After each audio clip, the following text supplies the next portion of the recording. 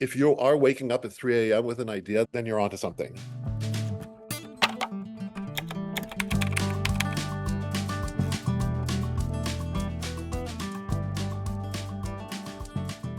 What are some of those conversations you are like with directors? What kind of questions do they ask you? What points do you make sure you want to get across? I My main objective when a new director is coming onto the show is to encourage them to bring their sensibility. The show, unlike most half-hour comedies, has a kind of a quirky style. There are whip pans, there are overhead shots, there are fisheye lens shots, there are montages. We play with camera speed. There's really no camera technique that we don't do. So I'm always encouraging directors to fly their freak flag and bring something to it that we haven't seen on the show before, because it really is a kitchen sink aesthetic. And then to help them just allay their concerns and navigate them through it and introduce them to the cast. And it's an overwhelming thing to come onto a show, especially a known show, and direct it. But we've had only really talented people on the show directing, and they're all very capable. I don't have any bad stories to tell about any of the directors. They were all Well, great. are you hiring people that you already know? Or are you working with Netflix about how you hire directors? Oh, it's a complicated process. I think Darren and I have a conversation first, and then we find out who's available, we find out who's interested, we have meetings, and then when we find a choice or a couple of choices, we approve it at Netflix. We approve the director through Netflix. That's the last step. Mhm. But it's like any kind of hiring process. It takes a while. I like the idea of we're following Emily. She's becoming more of a citizen. So we're starting to literally see things differently. It's something that audiences may not realize. Are there other things like that that you're trying to subtly put into later seasons of the show? I think this season is different than the ones before because she is not there is no, she's no longer a fish out of water. She speaks a modicum of French, and wide-eyed and she's not as wide-eyed and goofy as she was in the first season. I had this conversation with Lily about that, about her kind of relaxing into her power and being more of an adult instead of a young adult, because she's successful at her job. Maybe not her personal life, but she's achieved a lot in her work life and she's owning it. And this season, there are a couple of storylines that are darker. There's some kind of real world conflict in this season, which I think is nice. It gives it a little bit more of a richness, like a sophistication. Are there any places, are you guys having conversations at this point that are different from like season one? Are you planning to do this as many seasons as possible? Is there a possible ending in mind? Oh, you'll have to ask the lovely people at Netflix about that. At the end of season two, they picked us up for three and four, but we don't know our fate from here on out. I certainly hope we make more, but time will tell on that front. I don't know. It's a different situation with Emily in Paris because we're really trying to, unlike most other half hours that I've done, we're really trying to make something cinematic, something that has a visceral quality. So it isn't just about the story and the writing and the dialogue.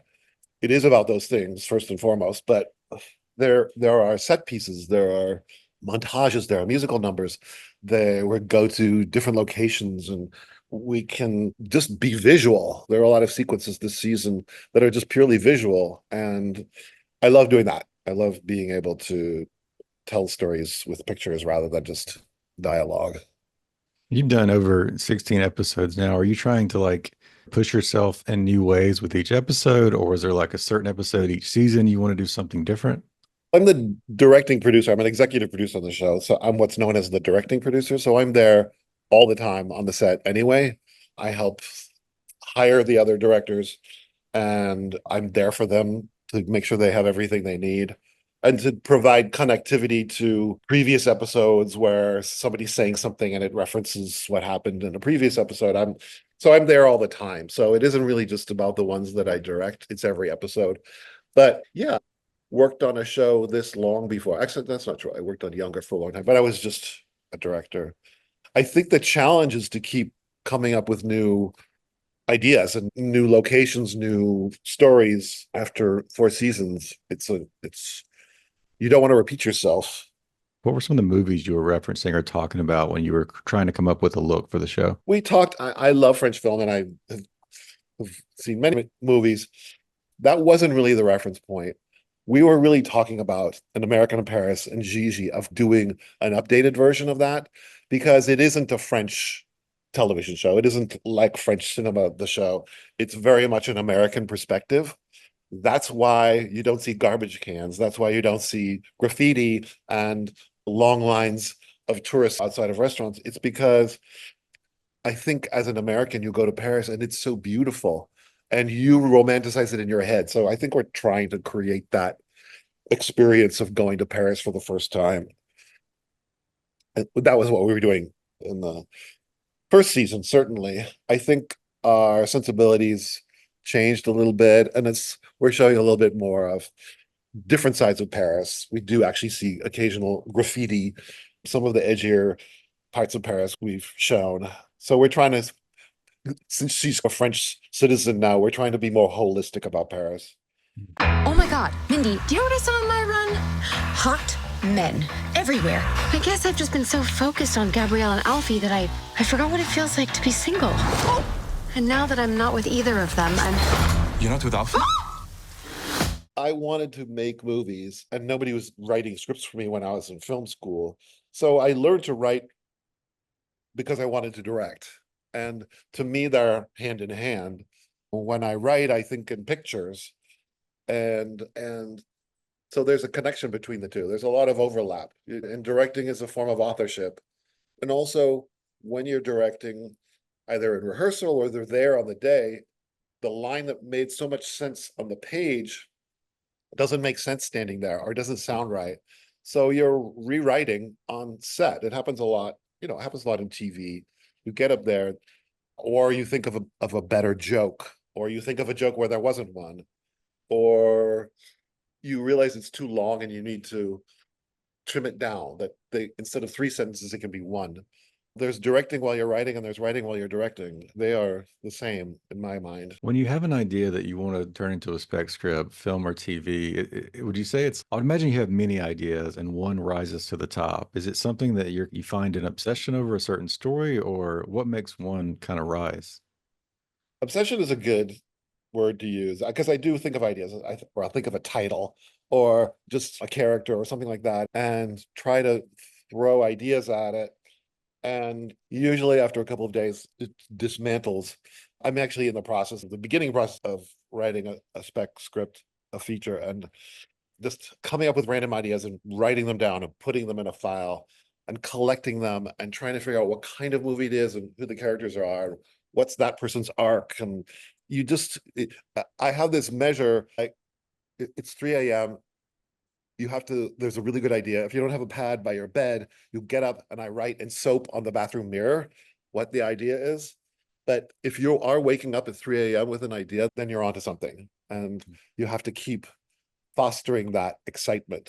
And a lot of it's funny. There's this kind of crystallizing moment where I'll hear a song and that song is what should be playing over that scene where they do this thing. Music is a huge thing. When I was writing The Craft, I had this playlist and I had to put it on every morning, and it was like an incantation. It got me into the mindset of that gothic teenage girl headspace. I think the thing is I'm clearer about what I know I can do. So when stuff comes to the fore and I read it and I say, that's interesting and it's well done, but I'm not the guy for that. I turn down a lot of things, which I never did before. I said yes to everything. But I'm clearer about what I can help, how am I a positive addition to this project? I'm clearer about which things are that and which are not. We're almost out of time. You've given a lot of great advice already. Any other like last minute advice for maybe specifically writers, directors trying to break in today, or any advice you wish you had earlier in your career? Let's make a movie, make a short movie, make short movies, because that's where you learn, because you don't want to make a feature film and make a bunch of mistakes, but make a bunch of mistakes in short films. I made, I think, 30, at least 30 before film school, in film school, and most of them were crap. They really were. But then a couple were good. And I thought, okay, that's what I can do. Make short films. And it's so much easier now than it was back then because you could do it on your phone. And the editing software is downloadable. There is much less of a financial barrier to creating film now.